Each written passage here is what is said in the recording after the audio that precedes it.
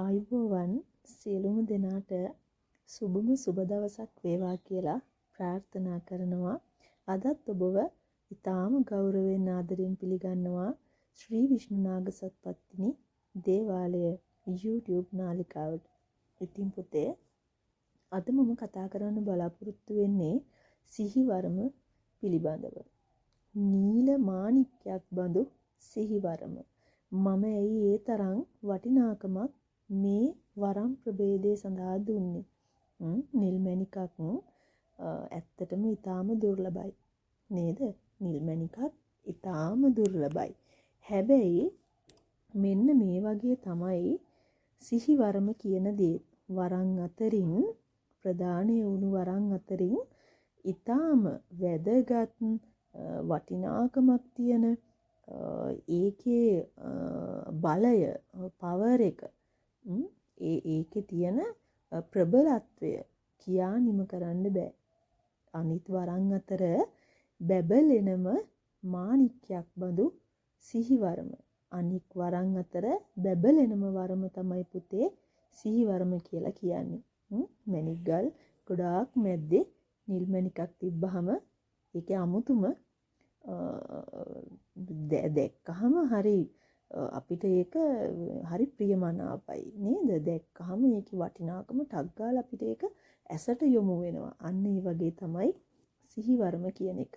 ඉතින් වරම් ප්‍රභේද අතරින් ඊටාම වටිනාම පින්වන්තම වරම් ස්වභාවය තමයි පුතේ සිහිවරම කියලා කියන්නේ. ඉතින් මේ සිහිවරම මොකක්ද කියලා නොදන්න අය ගොඩාක් පැටලිලි සහගත තත්ත්වවලට පත් වෙනවා. මේක වරමක්ද? මේක මොකක්ද?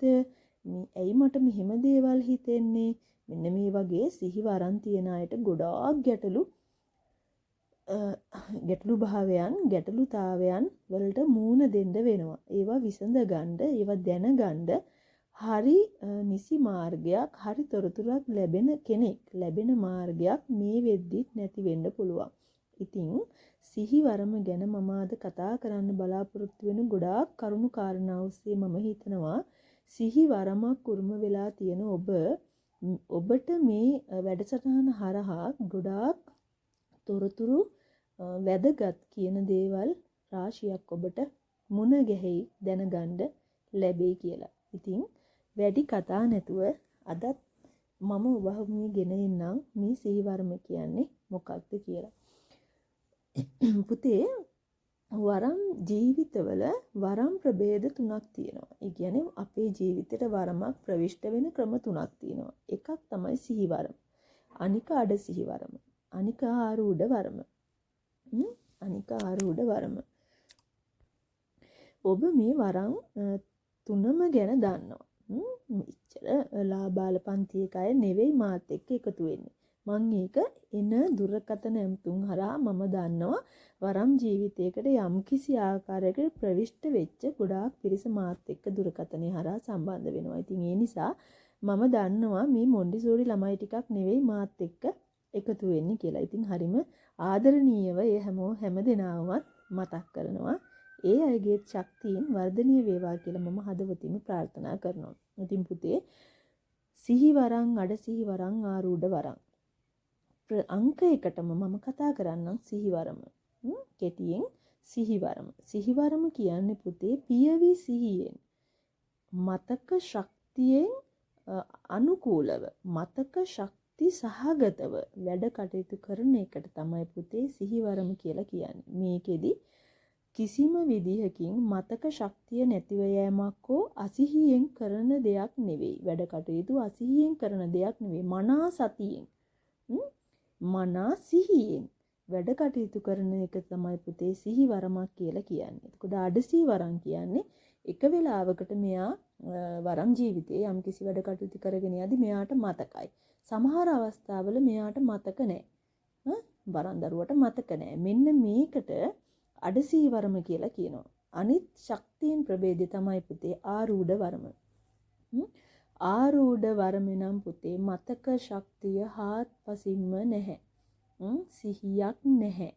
ඔබ දැකලා ඇති වෙනම කියන්නේ එයා දන්නේ නැහැ එයා කරපු වැඩේ මොකද්ද කියලාවත් එයා දන්නේ නැහැ. අසිහියෙන් ඒ මොනහරි ආත්මයක් ශරීරගත වෙලා ඒක මුළු ශරීරයම ඒ කෙනාගේ වෙලාගෙන එයාගෙන් ඒ වැඩේ කරවගෙන එයා අයින් වෙලා යනවා.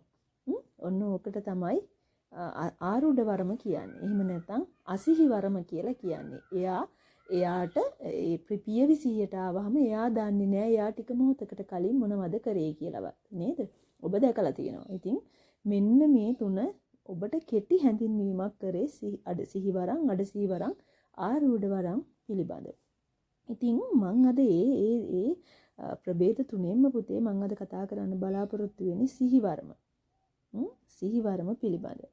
සිහිවරමට වරම් ප්‍රවිෂ්ඨය ලබා දෙන්නේ ඉහළ දේවතා ආත්මයන් විසින්.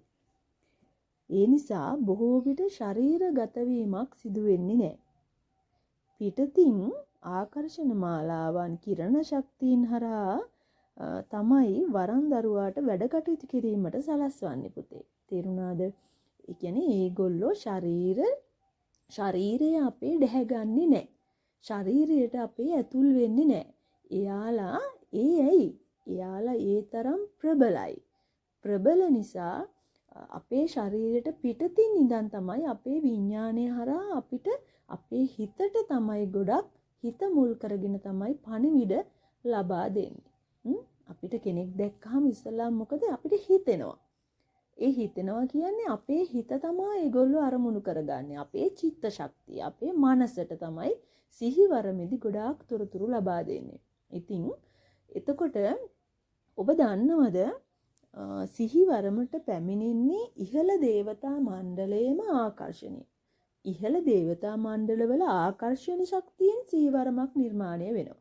ඒ වගේම ආකර්ෂණ මාලාවෙන් සිහිවරම නිර්මාණය වෙලා තව ඉහළ දේවතා ආත්මයන්ගේ ඉහළ දේවතා මණ්ඩලයේ පරිවාර, ඒ කියන්නේ ළඟින්ම පරිවාරයේ සිටින දේවතාත්ම විසින් ඔන්න තමන්ගේ දරුවට වරමක් අරගෙන එනවා. මේක හරීම පින්වන්ත වරමක් පුතේ. තේරුණාද? පින්වන්ත වරමයක්. බොහෝ විට මේකේ මේ වරම් ප්‍රභේදය ලැබුණහම මේකේ ඉන්න දේවතාවුන් වහන්සේලා පින් පූර්ණය කරන දේවතාවුන් වහන්සේලා විදිහට තමයි වැඩ කටයුතු කරන්නේ. තේරුණාද?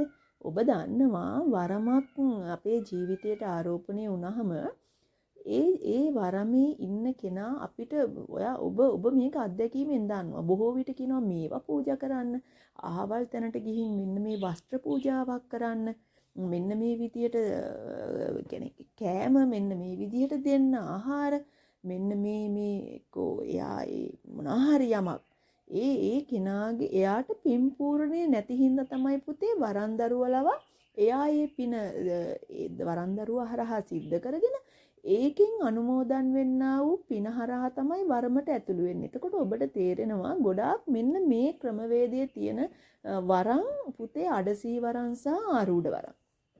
ඒක අනිවාර්යයි. නමුත් සිහි වරන් කියන ප්‍රභේදයට බොහෝ දුරට ඉන්නේ දේවතා ආත්මයන්ගෙන් පරිවාර දේවතා මණ්ඩලින් ඉහළ ශක්තියින් ලද පින් පූර්ණය වෙච්ච කොටාසේ. ඉතින් මේ අය කවදාවත් මම අත්දැකීමෙන් කතා කරන්නේ මොකද මම සිහිවරමකින් වැඩ කරන කෙනෙක්.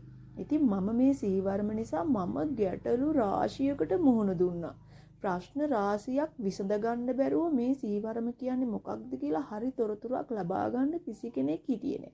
සිහිවරම මොකක්ද කියලා YouTube එකේ වුණා සර්ච් කරාම බොහෝ විට එන්නේ මේ පියවිසියෙන් වැඩ කටයුතු කරනවා. ඒකට තමයි සිහිවරම කියන්නේ. ඔන්න ඔය ටික පමණයි. නමුත් මේකේ සිහිවරම ලැබපු කෙනා සිහිවරම කොහොමද තේරුම් ගත යුත්තේ, ඒ දරුවන්ට එන ගැටලු මොනවද කියලා මම දන්නවා. මොකද මම සිහිවරමකින් වැඩ කරන කෙනෙක්. සිහිවරමෙන් වැඩ කරන කෙනෙක් සහ මේ සිහිවරම පිළිබඳ තව තවත් අධ්‍යයනයක යෙදෙන කෙනෙක්. ඉතින් ඒ ඔස්සේ මම දන්නවා මං හරහා සිටින මේ ලංකාවේ සිටින. ඒතකොට මගේ වටේ සිටින පිරිස මාත් එක්ක එකතු වෙන පිරිසටත් බොහෝ විට සිහිවරම් කියන ප්‍රභේදය ඇති. ඉතින් එයාලත් මේ අවස්ථාවේ පත් වෙලා තියෙන ගැටලුකාරී ස්වභාවය නිසා තමයි මට අද උන්වහන්සේ විසින් මට යෝජනා කළේ පුතේ සිහිවරම පිළිබඳව මෙන්න මේ දරුවන් දැනුවත් කරන්න කියලා. ඉතින් ඒ ඔස්සේ තමයි ඔබට අද මේ වීඩියෝ එක ගේන්නේ. ඔබ දන්නවද? ඔබ අහලා ඇති දේවතා ආත්මයක්. මේ දේවතාව කියලා අපි හඳුන්වන පිරිස ආත්ම පුතේ. එතකොට ඔබ හිතන්නකෝ උතුම් වූ මහා මගේ අම්මා පත්තිනි මෑණියෝ කියලා. එතකොට උන්වහන්සේ දේවාත්මයක් ගැන පුදුම රැස් කදම්බයක්. කිරණ කදම්බයක්. ඒක වචන වලට නිම කරන්න බෑ. ඒ තමයි යාළගේ පවර්ෆුල් එක. ඒ කියන්නේ බලය. තේරුණාද? බලය. එතකොට ඒ වගේ ප්‍රබල ඉහළ පිනෙන් පිරිච්ච දේවතා ආත්මයක් මේ අපේ අමනුස්ස කයකට එන්නේ නැහැ. දැන් ආරූඪ වරමේ වගේ දැන් ආරූඪ වරමකට බොහෝ විට ශරීරගත වෙන්නේ പ്രേත භූත යක්ෂ ඔන්න ඔය වගේ. ඒ කියන්නේ මම මේ පහත් කරනව නෙවෙයි. ඔබට මේ වරම් ස්වභාවයන් වල මේ ඒවා පැවතෙන විදිය තමයි ඔබට මම කියලා දෙන්නේ. එතකොට මෙන්න මේ අයට අපේ මනුස්ස ශරීරය ග්‍රහණය කරගන්න පුළුවන්. තේරුණාද? නමුත් ඒක අපිට දරා ගන්න පුළුවන්. මොකද අපේ ශරීරයට ඇතුල් වෙන්නේ අපිට වැඩිය අඩු ශක්තියින්, ඒ කියන්නේ ශක්තියින් කියන්නේ මේ බලය නෙවෙයි, අඩු මේ පවර් එකක් තියෙන කෙනෙක්. එතකොට අපේ ශරීරයේ එක සූදානම් එයාට අපේ ශරීරය වෙලා ගන්න පුළුවන්. හැබැයි සිහිවරමේදී මෙන්න මේ ඉහළ පවර්ෆුල් එකක් තියෙන මෙන්න මේ ඉහළ කිරණ ධාරාවක් තියෙන ශක්ති ධාරාවන්, ශක්ති කදම්බයන් තියෙන ආත්මයන්ට අපිට අපේ ශරීරය වෙලා ගන්න පුළුවන්. නමුත් ඒකෙන් අපේ ශරීරයට හානියක් වෙනවා පුතේ. තේරුණාද? ඔබ හිතන්නකෝ ඔබ ඇත්තටම මෙන්න මේ වචන ටික අහලා ඇති. මේ වචන ටික ඔබ අහලා ඇති. ඔබ හිතන්න ඔබ අහලා තියෙනව නේද? දේවතා ආත්මයක් අපේ ශරීරයකට මනුස්ස ශරීරයකට අවතීර්ණය වුණොත් ඒ ශරීරය 7 කඩකට පැලෙනවා. ඒ උන්වහන්සේලාගේ තියෙන බලය, ඒ පවර්ෆුල් එක නිසා. ඉතින් මෙන්න මේ නිසා තමයි උන්වහන්සේ සිහිවරම් කියන ප්‍රභේදවලට ශරීරගත වීමක් වෙන්නේ නැත්තේ උන්වහන්සේලාගේ තියෙන ප්‍රබලත්වයේ මත. අපේ ශරීරයේ තියෙන ප්‍රබලත්වයේ මත නෙවෙයි. තේරුණාද? උන්වහන්සේලාගේ තියෙන ප්‍රබලත්වයේ මත උන්වහන්සේලා අපේ ශරීර ගත වෙන්නේ නැහැ. උන්වහන්සේලා ආකර්ෂණ ශක්තියකින් හෝ කිරණ ශක්තියක් කරා තමයි පුතේ සිහිවරමට මේ කරුණු කාරණා සියලුම බලයන් නිකුත් කරන්නේ. එතකොට ඔබට තේරෙනවා මෙන්න මේ දේවතාවුන් වහන්සේලාගේ තිබෙන්නා වූ බලවත්භාවයේ නිසාම සිහිවරමක් කොච්චර ප්‍රබලත්වයක්, කොච්චර සත්‍යවාදී බවක්, කොච්චර ප්‍රබලත්වයක් ඇද්ද මේ සිහිවරමට කියලා. නේද? සිහිවරමට කොච්චර ප්‍රබලත්වයක් ඇද්ද කියලා. ඔබ හිතන්නකෝ මම පොඩි උදාහරණයක් කියන්නම්. ඔබට මේක තවත් පැහැදිලි කරවන්න. ජනාධිපති හිතන්න, රටේ ජනාධිපති. හරි පවර්ෆුල් කෙනෙක්. මුළු රටක් පාලනය කරන කෙනෙක්. එතකොට ඒ කෙනා මගේ ළඟම ඥාතියෙක් වෙන්න. එතකොට මගේ අයියා හෝ මගේ ළඟම. එතකොට මේ කෙනාගෙන් අපිට යම්කිසි ශක්තියක්, යම්කිසි අපිට එයාගේ බලය හරහා අපිටත් සිතක් ලැබෙනවනේ නේද? අපිටත් සිතක් ලැබෙනවා. එතකොට මෙන්න මේ තරම් බල සම්පන්න දෙයක් තමයි පුතේ සිහිවරම කියලා කියන්නේ. ඉතින් සිහිවරමෙන් වැඩ කටයුතු කරන්න නම් සිහිවරම ඉස්සෙල්ලා මොකක්ද කියලා අපි තේරුම් ගන්න ඕනේ, අවබෝධ කරගන්න ඕනේ. මොකද සිහිවරමට බොහෝ විට ආරූඪ ශක්ති තියෙන සිහිවරමුත් තියෙනවා. තේරුණාද? වැඩ කටයුතු කරගෙන යෑමට. මොකද මම ඊට කලිනුත් කියලා තියෙනවා වරමකට මේ වැඩ කටයුතු කිරීමේදී යක්ෂ දේව නාග රාක්ෂ, යක්ෂ දේව නාග, බුද්ධ දේව නාග යක්ෂ, මෙන්න මේ 4 කොටාසෙම අපිට උවමනයි. එතකොට යක්ෂ පන්තියකින් අපේ ශරීරයට කෙනෙක් ඇතුල් වෙන්නේ එයාලා ඉහළම ආත්ම නෙවෙයි. එතකොට අපිට වැඩ කටයුතු කරගන්න යක්ෂ ආත්මත් ගෙන්න ගන්නවා. මෙන්න මේ අවස්ථාවේදී බොහෝ විට සිහියෙන්ම තමයි මේ දේ කරන්නේ. නමුත් යම්කිසි සිහිවරම් ප්‍රභේදයකට සිහිවරමෙන්ම, නමුත් එයාට මතකනේ ආරූඪ ශක්තියකුත් ලැබෙනවා. තේරුණාද? සමහර අය ඇඟ සලිත වීමක්වත් වෙන්නේ නැහැ. එයාට මනස හරහා තමයි ගොඩාක් දේවල් නිකුත් වෙන්නේ. නමුත් මේ සිහිවරමෙත් වැඩ කරන පරාස වෙනස්. ඔක්කොටම සිහිවරමක් ලැබුණා කියලා ඔක්කොටම එකම විදියකට වැඩ කටයුතු කරගෙන යන්න බෑ. ඉතින් සිහිවරමෙන් ගොඩාක් වැඩ කටයුතු කරන දරුවෝ දන්නවා ඖෂධ වරන්. ඖෂධ වරන් කරන ගොඩාක් කෙනෙකුට පිළිටන්නේ සිහිවරන්. එතකොට තමන්ගේ වරමේ වපසරිය අනුව පුතේ යම්කිසි ආරූඪ ශක්තිනුත් ඕන වෙන වෙලාවල් තියෙනවා. ඉතින් එතකොට නමුත් එයා සිහියෙන් තමයි ඉන්නේ. මොන ආරූඪ මේ ශරීරයට ආවත් එයා ඒක එයාට අමතක නැහැ. මතකයි. තේරුණාද? ඉතින් මෙන්න මේ සිහිවරමෙන් වැඩ කරද්දී මේ දරුවෝ හරි පැටලෙනවා. ඇයි මමත් මුල් කාලේදී හිතුණා මේ මම කියන දෙයක්ද? අනේ මට මේක මේ කෙනාට කියලා මේක මට හිතෙන දෙයක් වෙන්න ඇති. මට හිතෙන දෙයක් වෙන්න ඇති කියලා මම බය වෙනවා. ඉතින් එහෙම බය වුණොත් ඔබ දන්නවද මේ ශක්තියින් උන්වහන්සේලා ශක්තියින් නිකුත් කරන්න කැමති. උන්වහන්සේලා නිකුත් කරනවා. හැබැයි වරන්දරුවා කියන කෙනා සිහිවරමේ උරුමකාරයා මේක ග්‍රහණය කරගන්නේ නැහැ. එතකොට අර බීරි අලින්ට වීණාව යන්න වගේ. තේරුණාද? බීරි අලින්ට වීණාව යන්න වගේ දෙයක් වෙනවද නැද්ද? වෙනවා. එතකොට උන්වහන්සේලා හරි තොරතුරු ඔබට දෙනවා. හැබැයි ඔබ හරි බයයි මේක අනේ මට හිතෙන දෙයක් වෙන්න ඇති. ඒක මේ මට හිතට දැනෙන දේ මෙයාට වෙන්න පුළුවන්ද හෙට අනිද්දා? අන්න ඒ වගේ ගැටලු වලට ඔබ ඔබේ මනසින් ඔබ උත්තර හොයනවා. එතකොට ඔබට අර ලැබෙන පණිවිඩ ටික හරියට ග්‍රහණය කරගන්න බැරි වෙනවා. එතකොට සිහිවරමක් කරගෙන යන්න හරි විදියට පුතේ නිරවුල් මනසක් තිබිය යුතුමයි. අපි හැමෝම මේ සමාජයේ මේ ජීවිතේ අපිට පුද්ගලික ජීවිතයක් තියෙනවා නේද? මොන වරමකට පිවිසියත් වරම් ජීවිතය, පෞද්ගලික ජීවිතය ඇත්තටම වරන්දරුවා කියන කෙනා හරි ශක්තිමත් විය යුතුමයි. එතකොට මේ පෞද්ගලික ජීවිතේන ගැටලුකාරී තත්ත්ව නිසා, එදිනෙදා ජීවිතයේ ගැටලුකාරී තත්ත්ව නිසා අපේ මනස හරි නොසන්සුන්. අපේ මනස හරි නොසන්සුන් භාවයටපත් වෙනවා. අපි හරි කලබලයි. එතකොට අපේ මනසට නිවැරදිම පණිවිඩය ලබා ගන්න බෑ. ඒ නිසා ඔබ දන්නවද වරමක් සිහිවරමක් පවත්වාගෙන යන්න හරිම අමාරුයි. ඉතින් සිහිවරම අඩියෙන් අඩියට ඉහළ තලයකට යන්නේ Tamanගේ මනස නිරවුල්ව තිබුණොත් විතරයි. තේරුණාද? උන්වහන්සේලා මොකද උන්වහන්සේලා අපි මේ කෑකෝ ගාගෙන අපි කලබලකාරී ජීවිතයක් ගත කරද්දී උන්වහන්සේලා මේ අස්සෙන් අපිව තෝර බේරගෙන මෙන්න මේ පණිවිඩය ඔයාට දෙනවා කියලා මේ පොඩ්ඩක් නැවතිලා මේක අහපන් කියලා අපිට දෙන්නේ නැහැ. අපිට එහෙම පණිවිඩ උන්වහන්සේලා දෙන්නේ නැහැ. මොකද උන්වහන්සේලා කලබල නැහැ.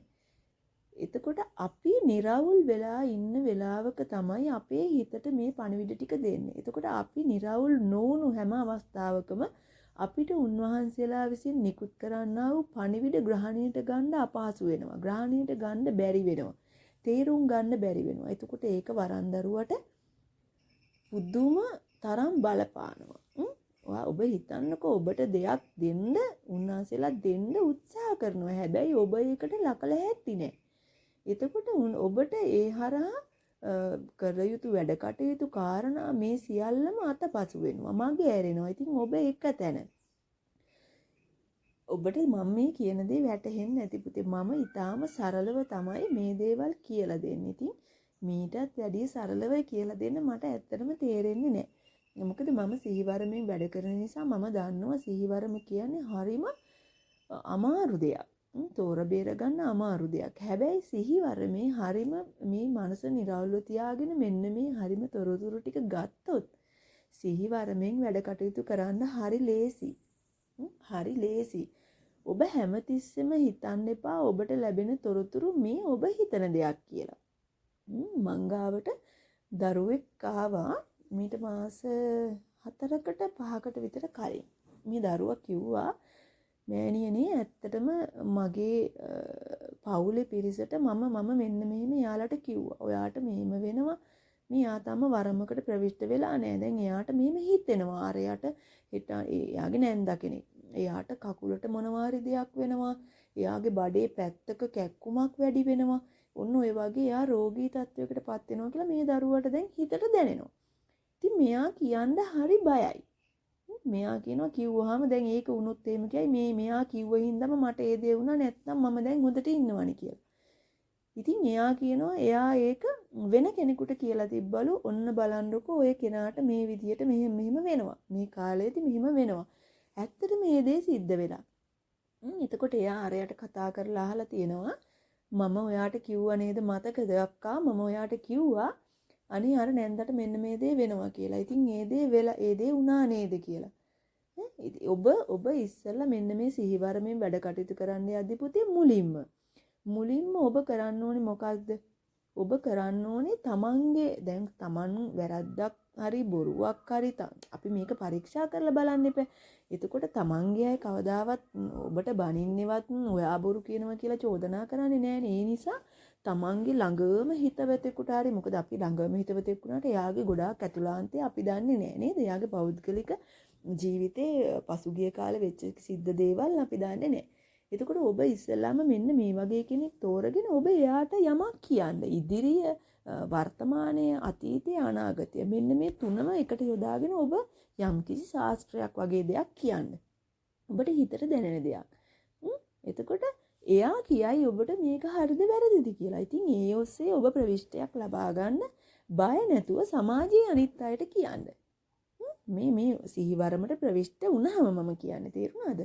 සිහිවරමකට ප්‍රවිෂ්ට වෙච්ච කෙනෙකුට මෙන්න මේ විදිහට පුතේ සිහිවරම ඔබ निराවුල් මනසෙන් දියුණු කරගන්න. නිතරම බණ භාවනාවේ යෙදෙන්න. එතකොට ඇත්තටම ඔබට මේ ජීවිතේ ජීවත් වෙද්දි කේන්ති යන කාරණා සිද්ධ වෙනවා. ඔබ කේන්තියෙන් මනස निराවුල් නැති කිසිම වෙලාවක ඔබ අන් කෙනෙකුට තොරතුරක් පවසන්න යන්න එපා සිහිවරම තුලින්. තේරුණාද? ඒ ඔබට එන්නේ ඔබේ හිතේ තියෙන ආවේග හරහා දේ වෙන්න පුළුවන්. ඒකෙන් ඔබ අපහසුතාවයකට කවදාකරිපත් වෙයි. මෙයා මට මෙහෙම කිව්වා අනේ එහෙම සිද්ධ වුණේ නෑනේ කියලා. ඒ නිසා ඔබ හරිම තොරතුරු ටික ගන්න නම් ඔබේ මනස निराවුල් කරගන්න. අනික තමයි ඔබට කේන්ති එන සෑම අවස්ථාවකම ඔබ බොහෝ විට ඔබේ ශාරීරිය පිරිසිදු කරගන්න, සිසිල් කරගන්න. හැබැයි වතුර බොන්න යන්න එපා. තේරුණාද? ඔබට මම මේ කියලා දෙන්නේ මම අත්දැකීමෙන් ලද දේවල්. කේන්තියක් මේවා සාමාන්‍ය මිනිසුන්ටත් පුතේ ඇහුවා කියලා කිසිම අහක යන්නේ නැහැ. හොඳද? කේන්ති ලද මොහොතක ඔබ වතුර බොන්න එපා. වතුර බොන්න එපා. මොකද ඒ කේන්තිය කියන දේ මුළු ජලය හරහා මුළු ඔබේ ශරීරය පුරාම පැතිරෙනවා. තේරුණාද? ඔබ පුළුවන් තරම් ශරීරයේ බාහිරින් සිසිල් කරවන්න. ඔබ නාන්න. හොඳට ඉස්මුදුනට නාන්න. ඔබ බලන්න මම මේ කියන දේ කරලා. ඔබ කේන්තියක් ඔබට ඉවසා දරා ගන්න බෑ. ඔබ කෑකෝ ගහලා ඒකට ප්‍රතිචාර දක්වනවට වඩා ඔබ එතනින් ඉවත් වෙලා ගිහින් ඔබ ශරීරය සිසිල් කරගන්නකෝ. ඔබ නා ගන්නකෝ. මේ ලේ රත් වීම අඩු කරගන්නකෝ. එතකොට ඔබට ශරීරයට අර තිබිච්ච කේන්තිය ටිකෙන් ටික ඔබේ නිවිලා යනවා. මේක මේ විනාඩි 5න් 10න් නාන එකක් ගැන නෙවෙයි මම කියන්නේ. හොඳේ. හිස් මුදුනට මේ හිසේ මුදුනේ අපේ තියෙනවා ඕරා ශක්තියක්, චක්‍රයක්. අපි විශ්වයට අපේ ශරීරය ඕපන් වෙන්නේ පුතේ මේ හිස් මුදුනේ. එතකොට මේ හිස් මුදුන සිසිල් වෙන තරමට මේ ශක්තියක් නෙමේ අපිට සිහිවරම හරහා අපිට ආකර්ෂණය වෙන්නේ. එතකොට ඒ ශක්තියින් අපේ හිස් මුදුනට අනිවාර්යෙන් ලැබෙනවා. ඒ ලැබෙන්න අපේ ශරීරයේ සිසිල් විය යුතුයි. නේද? අපේ ශරීරයේ හදවත මනස සිසිල් විය යුතුයි. ඉතින් ඔබ මෙන්න මේ දේ කරලා බලන්න, අත්විඳලා බලන්න. ඔබ සිහිවරන් දරුවෙක් අනිවාර්යෙන් යහනකට යද්දී වුණත් පැය භාගයක් හොඳට ශරීරයේ සිසිල් වෙන්න ස්නානය කරන්න. කහ වතුරෙන් නාන්න. මෙන්න මේ සීතල වතුරෙන් ස්නානය කරලා පුතේ ශරීරය බොහෝම නිවා ගන්න. ඒ නිවාගෙන යහම් පහන් වැඩ කටයුතු කරලා ඔබ මේ යම්කිසි භාවනාවක යෙදෙන්න. ඔබේ ශරීරය හරි නිස්කලංකයි, හරි නිවිලා. ඔබට ශක්තියින් ඔබට කතා කරයි, ඔබට දේවල් පෙනෙයි, ඔබට අමුතුම ශක්තියින් ටිකක් ලැබෙයි. අනික පාරට දැන් අපි ඇත්තටම පහවදාන ආපු කෙනා අපේ ශරීරයේ උෂ්ණයිනේ. උෂ්ණයක් පවතිනවා, රස්නයක් පවතිනවා. ඉතින් ඒ ඔස්සේ ඔබ භාවනාවකට ඉඳ ගන්නකො කිසිම දෙයක් හරියන්නේ මේ මම අත්දැකීමෙන් කියන්නේ. නමුත් ඔබ නාලා මෙන්න මේ විදිහට සිසිල් වෙලා ඔබ බණක් භාවනාවක් කරන්න ඉඳ ගන්නකො. ඔබට පුදුමාකාර සුවයක් දැනෙනවා. ඔබට පුදුම විදියට හරිම නිවැරදි තොරතුරු ටික එනවා. මෙන්න මේ දේ සිහිවරන්දරූ පුතේ අත්විඳලා කරලා බලන්න. හොඳද? ඉතින් ඔබට දැනෙනවා මේ සිහිවරම කියන දේ පවත්ව ගන්න හරි අමාරුයි. ඒ මොකද අපි ගොඩාක් දෙනෙක් පුතේ මේ සිහිවරමින් වැඩ කටයුතු කරන්නේ මනස මුල් කරගෙන. තේරුණාද? දැන් ඇත්තටම ආරුඩ ශක්තියකින් මටත් මුල් කාලේ හිතිච්ච දෙයක් තමයි අනේ ආරුඩයකින් වැඩ කරන එක හොඳයි අනේ කියලා. මම ඒක අනිත් අයට කියලාත් තියෙනවා. සමහරවිට මම කියලා තියෙනවා මේ අනේ ඇත්තට මටත් අර වගේ දිස්ටි වෙලා ආරුඩ වෙලා කිව්වා ගියා මම දන්නෙත් නෑ මොනවද කිව්වේ කියලා. ඉතින් කිව්වා ගියා මම නිදහස් ඒක ඉවරයි කියලා. ඉතින් ඒක හොඳයි කියලා මට හිතිච්ච අවස්ථා තිබ්බ මුල් අවදියේ. හැබැයි මමත් මේ වරම ගැන අධ්‍යයනය කරගෙන යද්දී තමයි මට හිතුනේ ඒ දෙයට වැඩිය මේ සිහිවරම තමයි හරිම ප්‍රබල. අපි පියවි සිහියෙන් කරන වැඩ කටයුත්ත තමයි හරි ප්‍රබල කියලා. ඉතින් ඔබට මෙන්න මේ සිහිවරම හරහා වැඩ කටයුතු කරගෙන යාමේදී ඔබ පුළුවන් තරම් මනස නිරවුල්ව තියාගෙන මේ තොරතුරු ඒකාග්‍ර භාවයකට පත් කරගන්න. ඒකාග්‍ර භාවයකට පත් කරගෙන ඔබ නිවැරදිම තොරතුරු ටික ලබා ගන්න පුතේ. තේරුණාද? සිහිවරම කියන දේ ඒකයි මම කිව්වේ මෙන්න මේ ඉහළ දේවතා ආත්ම වලින් ලැබෙ ඉහළ දේවතා ආත්මයක් අපිට සහසම්බන්ධ වෙන්නේ ඇයි? අපේ පෙර කුසල ශක්තිය ඊටාම දියුණු නිසා. අපි මේ සසරේ කරපු කුසල් අපි දැන් දන්නවා. නමුත් අපි පෙර සසරේ කරපු කුසල් අපි දන්නේ නැහැ. ඉතින් සිහිවරම කියන්නේ මෙන්න මේ ඉහළ දේවතා ආත්ම අපිට ඒක ප්‍රදානය කරන්න තරම් අපි කොයිතරම් පින් කරලා ඇද්ද? පින් කරලා ඇද්ද? ඔබ හිතන්නකෝ ජීවමාන දෙවි කෙනෙක් ගාවට අපිට යන්න අපි කොච්චර පින් කරලා තියෙන්න ඕනේද? අපිට යාව දකින්න නේද? මේ එතෙන්ට යන්න ගිහිල්ලා අත්දැකීමක් ලැබුවා කියලා නෙවෙයි මං කියන්නේ. ඉතින් ඔබ හිතන්නකෝ ඔබ දැන් සමහරවිට ඔබ හිතනවා අනේ මේ වගේ දෙයක් කෙනෙක් දැන් ඔබ හිතන්නකෝ සමාජයේ ජීවත් වෙද්දී ඔබ හිතනවා අනේ මෙයා මට කවදා දකින්න ලැබෙයිද මෙයා හරි මේ ප්‍රසිද්ධයි මෙහෙමයි කියලා. හැබැයි ඔබට එයා ගාවට යන්න ඔබ නොසිතූ විදිහට අවස්ථාවක් හම්බ වෙනවා. එතකොට ඒ කියන්නේ ඔබ සසරේ පිනක් කරලානේ. ඔබට යම්කිසි පුණ්‍ය ශක්තියක් තිබිලා. අන්න ඒ වගේ දෙයක් තමයි පුතේ මේ සිහිවරම කියලා කියන්නේ. ඉතින් සිහිවරම මනා ලෙස හසුරුවා ගත්තොත් සිහිවරමේ වැදගත්කම කියලා නිම කරන්න බෑ. හොඳද? ගොඩාක් ඖෂධ වරන් නිකුත් වෙන්නේ මෙන්න මේ සිහිවරම හරහා. ඇයි ඔබ හිතන්න අසීහියෙන් බෙහෙත් කරන කෙනා දිෂ්ටිමාලාවකින් ඖෂධ වරමක් දැන් ඔය ඇත්තටම මම අත්දැකීමෙන් දන්නවා මමත් මේ වරමේ මුල් කාලේ මේ දේවාලයකට ගියා. ඇත්තට මේ දිෂ්ටි වෙන තැනක්. ආරූඩෙන් ශාස්ත්‍ර කියන තැනක්. ඉතින් ඒ කෙනා මම දැක්කා මේ ඖෂධත් කරනවා. මේ මිනිස්සුන්ට දිෂ්ටියෙම බෙහෙත් ඖෂධ කියනවා මේක කරන්න මේම කරන්න. ඊට පස්සේ එයා දඟලලා වැටිලා එයා දන්නේ ඊට පස්සේ එයා අහනවා ඔයාට මොනවද දුන්න බෙහෙත කියලා. ඉතින් මම ඇත්තටම මට ඒ වෙලේ මගේ හිතට දැනෙච්ච දේ තමයි මම කල්පනා කරා ඇත්තටම දැන් දොස්තර කෙනෙක් දැන් ඖෂධ වරන් නිකුත් වෙනවා නම් මේ අසහියෙන් ඉන්න කෙනෙකුට ඇයි ඖෂධ වරමක් දෙන්නේ? ඉතින් ඒ දීපු කෙනාවත් දන්නේ නැහැනේ මම මොනවද දුන්නේ කියලා. මේ මම එතන ලක් වෙච්ච මේ මගේ මනසත් එක්ක මම කතා කරපු විදිය. එතකොට මම එතන දැක්ක දේ තමයි ඊට පස්සේ එයා අරයාගෙන් අහනවා ඒ දරුවගෙන් අහනවා මොනවද ඔයාට දීපු බෙහෙත්? ඒතර මට එතන කල්පනා වුණේ ඇත්තටම දොස්තර කෙනෙක් අසහියෙන් ওই විදියට බෙහෙතක් දුන්නොත් ඇත්තටම මේ අපි දැන් මේ බෙහෙතෙන් හරි හෝ වැරදි හෝ මොනවා හරි දෙයක් සිද්ධ වුණොත් මට ඇත්තටම හරි බයක් දැනුණා. ඒකට මම මෙන්න මේක මගේ දේවතාවුන් වහන්සේලා හරහා පසු කාලෙක මම මෙන්න මේ දේ උන්වහන්සේලා හරහා තෝරා බේරා ගත්තා. මං හැමදේම උන්වහන්සේලාගෙන් අහනවා. ඉතින් එතකොට උන්වහන්සේ කිව්ව දේ තමයි පුතේ හරි දොස්තර කෙනෙක් කවදාවත් අසීයෙන් බෙහෙත් ඖෂධ කරනවද? නෑ. එතකොට කලින් දවසක තමන්ගෙන් බේත් ගත් දැන් අපි වුණා ડોක්ටර් කෙනෙක් හම්බෙන්න ගියාම එයා කියනවානේ මේ ඔයා මීට කලිනුත් ආව මට මතකයි. එයාට ටක් ගාලා එයාට මතකෙට එනවා. නේද? ඉතින් ඒක කරගන්න හරි පහසුයි. ඒ බෙහෙත් ටික කරගන්න පහසුයි. ඉතින් මෙන්න මේ වගේ පුතේ ඖෂධ වරන් වලට මට මේ දැනෙච්ච දේ මම ඔබ හරහා කියන්නේ මට දැනෙච්ච දේ. ඉතින් මම හිතනවා මේ තරම් වටිනා වරමක් වටිනා දායාදයක් තවත් ලොව නැති තරම්.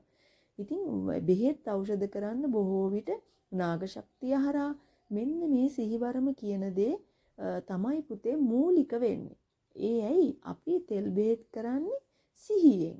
අපි දන්නවා මෙයා මීට සතියකට කලින් අපි ගාවට ආවා. අපි එතකොට මෙයාට කළේ මෙන්න මේ බේත. අපි මෙයාට මේ එක්ක වැඩ කටයුත්තකට ආවා. අපි මෙයාට මේ විදිහට තමයි තොරතුරු ටික දුන්නේ. එතකොට අපි දන්නවා එයාට කියවිච්ච තොරතුරු ටික. එයාට බොරු කරන්න බෑ. එයා ආපු දරුවට නේ මෑනියෝ අපිට මෙහෙම කිව්වා, ඔයා අපිට මෙහෙම කිව්වා කියලා අපිට බොරු කරන්න බෑ. මොකද අපිට මතකයි අපි එයාට කියපු කරපු දේවල් ටික ඔක්කොම. එතකොට තමන්ගේ ආරක්ෂාවක් එතනින් සැලසෙනවා. නේද? තමන්ගේ ආරක්ෂාවක් තමන්ට එතනින් සැලසෙනවා. හැබැයි අපි ඔබ හිතන්නකෝ ආරුඩ වරමකින් විස්තරයක් හෝ මොනවා හරි දෙයක් කරා. හැබැයි එයා කියන්න පුළුවන් එදා මට මෙහෙම ඔබ වහන්සේ කිව්වනේ. මෑනියෝ හරි කවුරු හරි ඔබ මට මෙහෙම කිව්වනේ. එතකොට ඇත්තටම මම දන්නේ නැහැ මං ඒ දේ කිව්වද කියලා. එතකොට ඔබත් අපහසුතාවයටපත් වෙනව නේද? හැබැයි අපිට මෙන්න මේ ආරූඪ ශක්තියනොත් යම්කිසි කාලයකදී සිහිවරම් ස්වභාවයට පත් කරගන්න පුළුවන්. සමහර දැන් මේ වෙද්දී මට කතා කරනවා දරුවෝ මම ළඟට ආවත් දරුවෙක් ඉස්සර අසී වරමකින් වැඩ කළා කියන ආරූඪ වරමකින් වැඩ කළා දැන් එයාට ආරූඪයක් නැහැ. නමුත් තොරතුරු කියනවා මේ වැඩ කටයුතු කරනවා ඒක හරි කියලා. ඒතර එයා නමුත් පෞගේ කාලේ පුරාම දේවාලවල ගිහින් තිබ්බා මේ යාගේ වරම හිර කරලා කියලා. මොකක්ද වෙලා තියෙන්නේ? ඔබ මේ දේ පැහැදිලිව තේරුම් ගන්න දරුවෝ. මොකක්ද එයාට වෙලා තියෙන්නේ? එයා අර ආරූඪයකට මම කිව්වා සාමාන්‍ය ඉහළ දේවතා මණ්ඩලයක කෙනෙක් නෙවෙයි මේ ආරූඪ ශක්ති වලට එන්නේ. ඉතින් වරන් උන්වහන්සේලාගෙන් අවසරයක් අරගෙන ආවත් ටිකක් සාමාන්‍ය අඩු කොට්ටාස බලය අඩු කොට්ටාසයක් තමයි එන්නේ. එතකොට මෙයා මේ හරහා වැඩ කටයුතු කරලා ඒ ආත්ම පින් පූර්ණය කරගන්න තත්වයකටපත් වෙනවා. ඒ කියන්නේ ඉහළ තත්වයකට යනවා. එතකොට එයාලා අර විදිහට ශරීරගත වෙන්න පුළුවන් ද ප්‍රබලාත්මයක් වුණාම බෑ. ඔන්න එතකොට එයාට නමුත් පිටින් ඉඳලා සියලු තුරුතුරු අර දුන්න ආකාරයට දෙනවා. හැබැයි මේක වරන්දරුවට තේරුම් ගැනීමේ ශක්තියක් නැති වෙනවා. තේරුණාද? ඉතින් මං ඒ දරුවට කිව්වා ඉතින් දරුවෝ ඔබට දැන් මේ දෙන පණිවිඩ ක්‍රමෙත් හරිනම් ඔබ කරන වැඩ කටයුතුත් හරිනම් ඔබට මතකයේ තියෙනවා නම් ඔබ අර මුලින් වැඩ කටයුතු කරපු විදියම හොයන්න යන්න එපා. මේක සිහිවරමක් බවට පරිවර්තනය වෙලා ඔබේ වරම කවුරුත් හිර කරලා නෙවෙයි. හිර කරා කියලා දැනෙන්නේ අපිට කිසිම තොරතුරක් නැතුව ගියොත් නේ පුතේ කතා කරන ඥාති දේවතාවුන් වහන්සේලා වේවා අපිට මනසට දෙන්නා වූ තොරතුරු හරහා වේවා නේද මේ තොරතුරු නැතුව අපි නිකන් කෙනෙක් භාවයටපත් වුණොත් නේ වරමක් හිර වුණා කියලා කියන්නේ. නමුත් මෙයාට ඒ සියල්ලම තියෙනවා. හැබැයි මෙයා හොයන්නේ තවත් අර ආරූඪ ශක්තිය. ඉතින් ඒ ශක්තිය නැති වෙලා තියෙන්නේ අර එයාලා සාමාන්‍ය ඉහළ මට්ටමකට ගිහිල්ලා. ඒ නිසා එතකොට මෙන්න මේ වගේ ඔබට පුළුවන් ඔබේ දේවතාවුන් වහන්සේලාට හරි විදියට වැඩ කටයුතු කරලා පින් අනුමෝදන් කරලා මේ සිහිවරම කියන ස්වභාවයටපත් වෙන්න පුළුවන්. තේරුණාද? තව ප්‍රබල සිහිවරම් තියෙනවා ඇඟේ කිසිම සෙලවීමක්වත් නැහැ. හැබැයි මනසට පුදුමාකාර ඍෂි ශක්තියින් එතකොට දේව ශක්තියින් මේ අනාවැකි මේ කියන ඒවා මේ සියල්ල හරි නිවැරදිව ලැබෙනවා. නේද? නිවැරදිව ලැබෙනවා. ඒ මොකද මේ තරම් ප්‍රබල සිහිවරම කියන දේ හරි ප්‍රබලයි. හරිම ප්‍රබලයි. හරිම වැදගත්. ඇත්තටම ආරූඪයක් වුණාම අපි දන්නේ නැහැ අසීයෙන් වැඩ කටයුතු කරද්දී අපිත් අපහසුතාවයකටපත් වෙනවා. අනික තමයි ආරූඪ ශක්තිය වලින් පුතේ වැඩ කටයුතු කරන ගොඩාක් දරුවන්ට අවසාන කාලෙදී ස්නායු සම්බන්ධ රෝග පීඩාවලට ලක් වෙනවා. තේරුණාද? රෝග පීඩාවලට ලක් වෙනවා. ඉතින් ඇත්තටම මේ සීවර්ම කියන දේ ඔබ නංව ගන්න. මේ සීවර්ම නිර්මාණය කළ යුත්තේ ඔබමයි. ගුරුවරයෙක් මොන ශක්තියක් දුන්නත් ඔබට ගුරුවරයා නිසිමඟ පෙන්වුවත් ඔබේ හිත ඒකාකාරී නැත්තම් ඔබේ සිත අචංචලයි නම් ඔබේ දේවතාවුන් වහන්සේලා හරහා ඔබට එන්න වූ පණිවිඩ ටික ඔබට අතපසු වෙනවා. ඒක ගුරුවරයාගේ වරදවත් නෙවෙයි නේද? ඒක ගුරුවරයාගේ වරද නෙවෙයි. ඒක ඔබගේ වරද. ඒ නිසා සිහිවරමක්කින් වැඩ කටයුතු කරන සිහිවරමක් කියලා හිතෙන දරුවෝ පුළුවන් තරම් මනස ඒකාග්‍ර කරගෙන යහපත් ආකාරයෙන් වැඩ කටයුතු සිද්ධ කරගන්න. එතකොට ඔබට අද වැදගත් තොරතුරු ටිකක් මං හරහා ඔබේ ජීවිතේට ලැබෙන්නේ නැති කියලා මම හිතනවා. එහෙනම් අදට සමුගන්නම්. ඔබ සෑම සියලු දෙනාටම නිදුක් නිරෝගී භාවයම ලැබේවා. තිබෙන්නා වූ ශක්තියින් තව තවත් බලවත් වේවා. අසරණ භාවයට දුකටපත් වෙලා සිටිනා වූ යම් කිසි කෙනෙක් වේද ඒ අයට නිසි මාර්ගයක් පෙනේවා. නිසි මාර්ගයක වුන් ගමන් කෙරේවා. සෑම ජීවිතයක්ම සුඛිත මුදිත භාවයටපත් වේවා. ඔබ සෑම සියලු දෙනාටම තෙරුවන් සරණයි. මම ගලෙන් බිඳුනෝ මෑනියෝ මන්දිරා.